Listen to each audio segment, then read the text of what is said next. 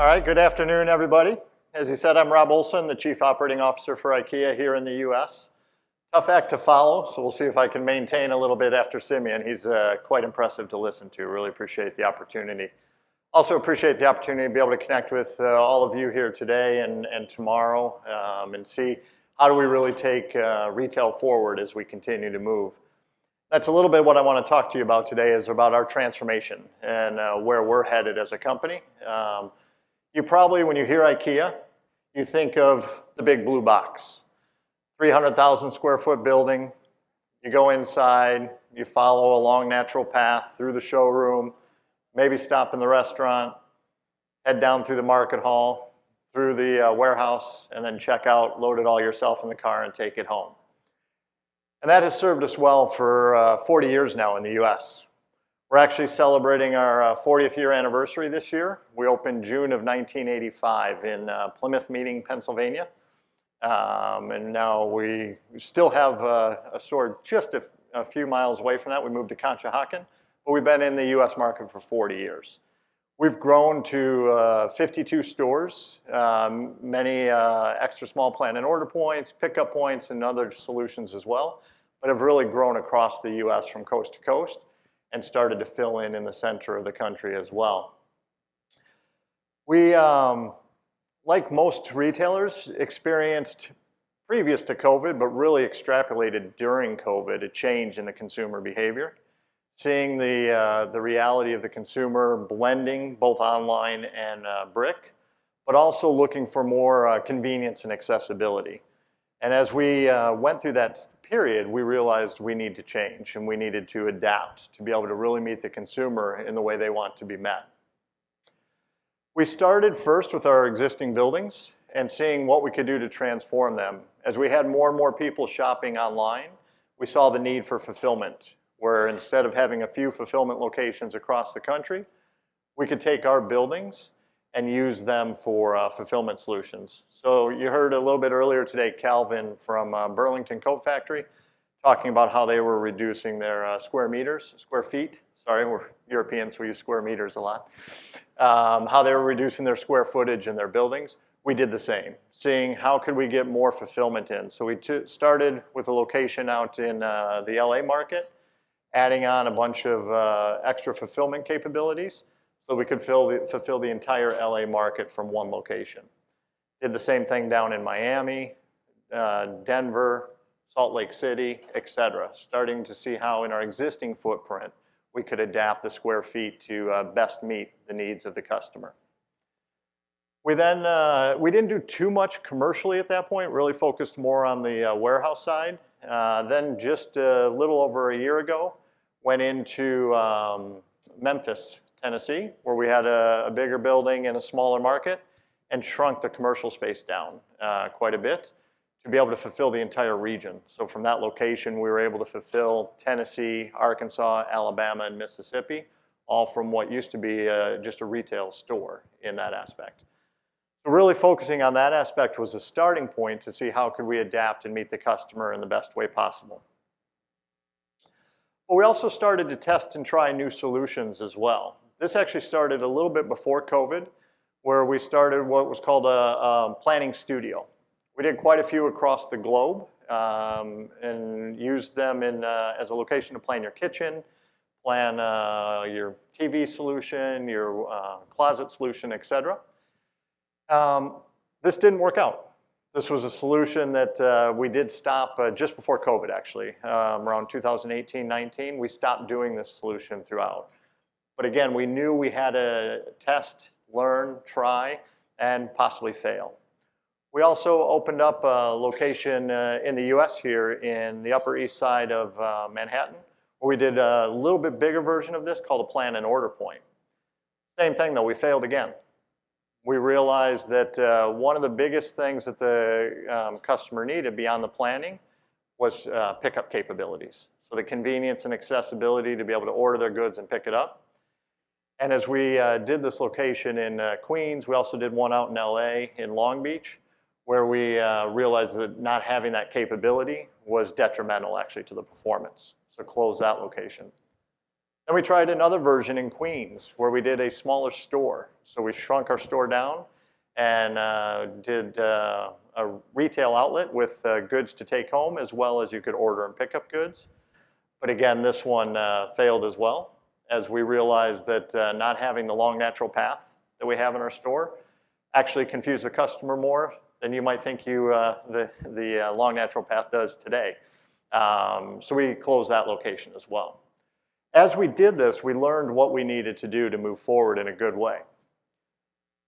So we started now a program opening up what we call extra small plan and order points. So we opened 4 already just in the past 6 months, and we have quite a few more on the docket that we're going to open across the US. This one is in Cherry Hill, New Jersey.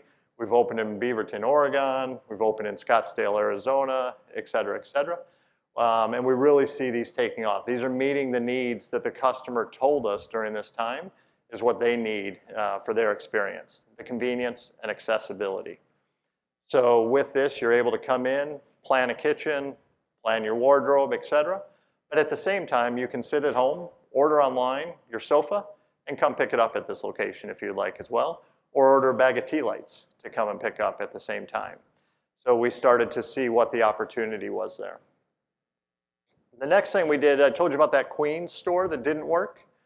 We then took the experience from there. We also had some experience overseas, where in Paris, we had a store that didn't work out as well, with similar format to what we had in Queens. Made some adaptations, and we've now started to open up small store formats.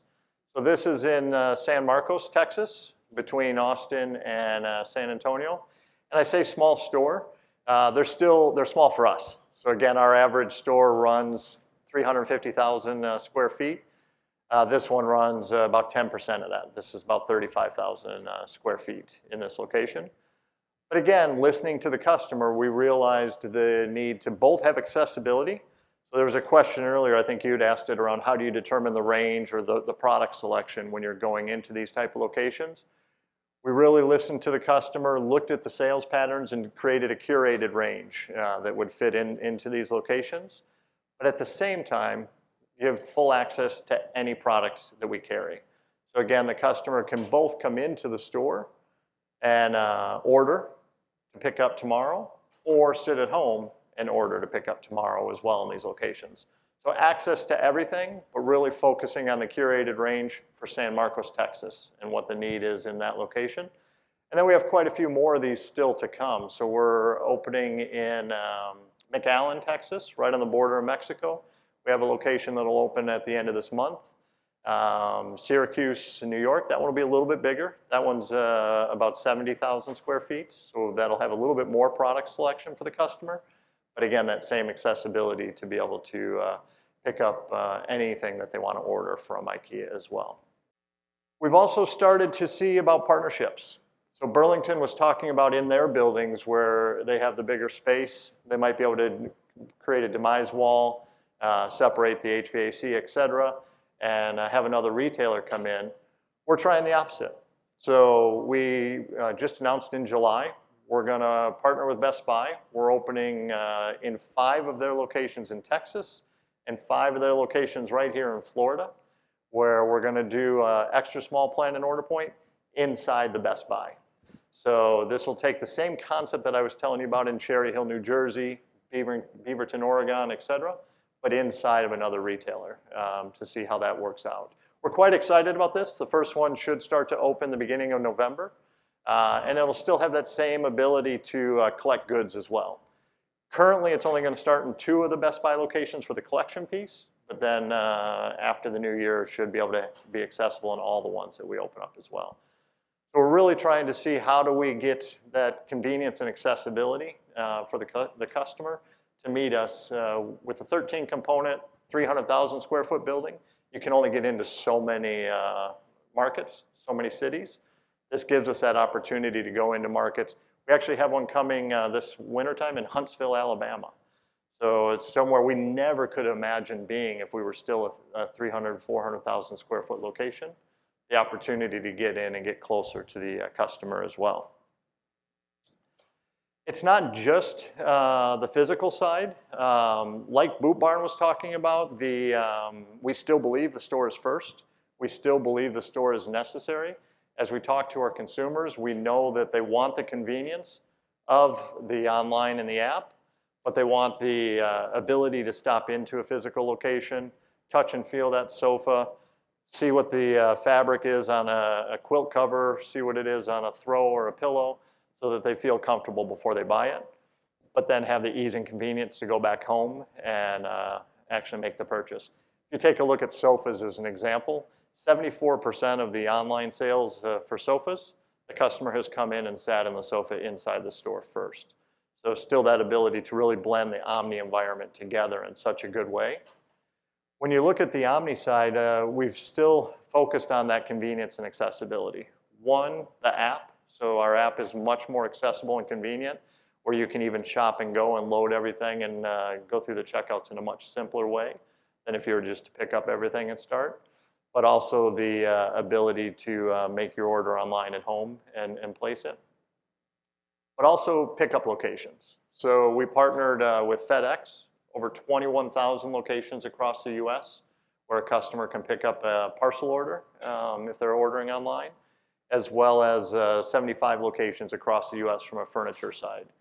We are connecting with a few different companies to see how we can really grow that locations for furniture pickup in a much bigger way. That is a little bit slower and harder than it is to just work with FedEx on a parcel solution. But we do have some other companies that we're talking to see how we can get that more accessible across the US as well. One of the things that has stood true with us is our vision. Our vision is to create a better everyday life for the many people. That goes through the home furnishing side, of course, but not only there. We look at it across the globe to see how can we create a better everyday life through sustainability as well. 95% of our buildings have solar panels on our rooftop. We have 2 wind farms in the US, one in Illinois and one in Texas. And we're in the process of converting all of our locations with renewable heating and cooling. We are doing it to be more sustainable. We're doing it at the end of life. We're not replacing the heating and cooling while it's still mid-life cycle, as that's not the best thing for the environment, so that we can really try to get away from natural gas where possible and focus on renewable energy. So we just did another 5 locations last year, and we'll continue to roll that out over the coming approximately 10 years before we can get all the buildings converted within there. But also simple solutions, working with AI technology. N-Cycle is the one we use mostly, where they connect to our building management system, pull in the weather reports, pull in our visitor traffic, and see how we can optimize the heating and cooling within. Reduces about 5% of the electricity and gas usage in doing those type of solutions. So really trying to see how do we continually find and use innovation to help move us in this field. So just reflecting back a little bit and then open up for a few questions if you'd like. We came to the US in Plymouth Meeting, Pennsylvania 40 years ago. We've had an amazing first 40 years. If you look at the last 5 years, our market share has increased by 13%. It's been a tough environment in the home furnishings industry, of course, over that period. A lot of what Simeon was talking about relates to some of the wants versus needs and different aspects. But we have found our way in that period and have been able to capture some market share, which helps us find the opportunity to invest into new solutions as we go forward, such as the extra small plan and order points in the small stores, and quite an aggressive expansion pace coming forward. With that in mind, like I said, we're both myself, Phil in the back row here, we're here the next couple days. Would love to connect and talk to some of you to see how you might be able to help us in our growth pace as we go forward. With that, I'll open it up to see if there's any questions. That was a quick one. Yes. Yeah, that's a great question. So are we building more? So first off, from a expansion pace, we're trying to do as much as possible by reusing existing square feet of other buildings. So again, keeping sustainability in mind. The more we can reuse a location that already exists from another retailer that might not be there anymore, the better that is for the environment. Actually, the construction side of retail is equivalent to almost 80 years of operational impact from sustainability. So mostly no, mostly we're trying to reuse existing, and we will be doing a lot of the smaller 50 to 100,000 square feet locations. It doesn't rule out that we won't do any more of the larger ones, but they'll be very few and far between. Main competition, it's from a US perspective, it's a little bit diverse. When you go over to Europe, there's more direct competitors.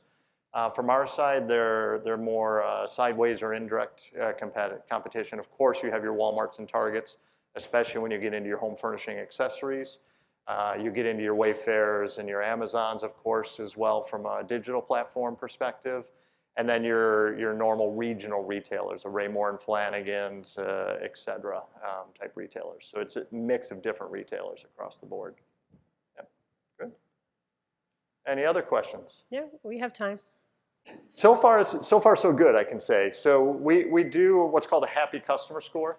So we have surveys and questionnaires that we do with our customer base from many different aspects, physically, digitally, service-wise as well. And so far, the feedback in the smaller units has been fantastic. It's actually above average in our ratings when we compare it across the locations. And the feedback is that they can get in, they can get out, they can find what they need in a simple way, and it's more convenient for them. As well as the accessibility, being close enough to the customer, like again at San Marcos, we never could have got into a market like that. Instead, we had a location in Austin and a location in San Antonio.